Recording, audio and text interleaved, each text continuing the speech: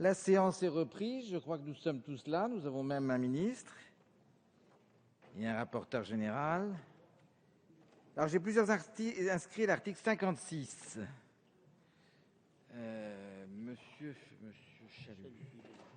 Monsieur Chalut, c'est la parole. Monsieur Serville. Merci, Monsieur le Président, Monsieur le Ministre, chers collègues. Je sens qu'il y a un malaise concernant la défiscalisation et une volonté de remise en cause de ce dispositif.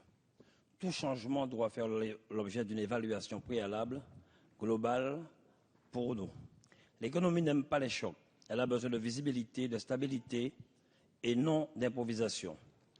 Ces propos que le chef de l'État a tenus lors de sa conférence de presse hier ne pourraient mieux traduire ma pensée à propos du débat qui a trait à la défiscalisation. S'il demeure un dispositif perfectible et doit, je le concède, souffrir de davantage d'évaluation, dans nos régions, la défiscalisation offre des conditions de financement de notre économie et bien souvent pallie à la diminution des dotations publiques et au désengagement des banques privées. Aucun investisseur ne s'engagera dans un projet s'il ne dispose pas d'une visibilité à moyen voire long terme. Aussi, je considère que ces supports ne sont pas de nature à ramener la sérénité dans une économie moribonde. À ce jour, il n'existe pas de solution pour remplacer un dispositif qui a déjà prouvé son efficacité, notamment en matière de logement social. Plafonner la défiscalisation, changer le dispositif, c'est mettre en difficulté les entreprises et créer une certaine instabilité juridique. Le dispositif de défiscalisation spécifique au logement social en Outre-mer a permis de drainer des ressources conséquentes, essentielles au profit de la construction de logements sociaux.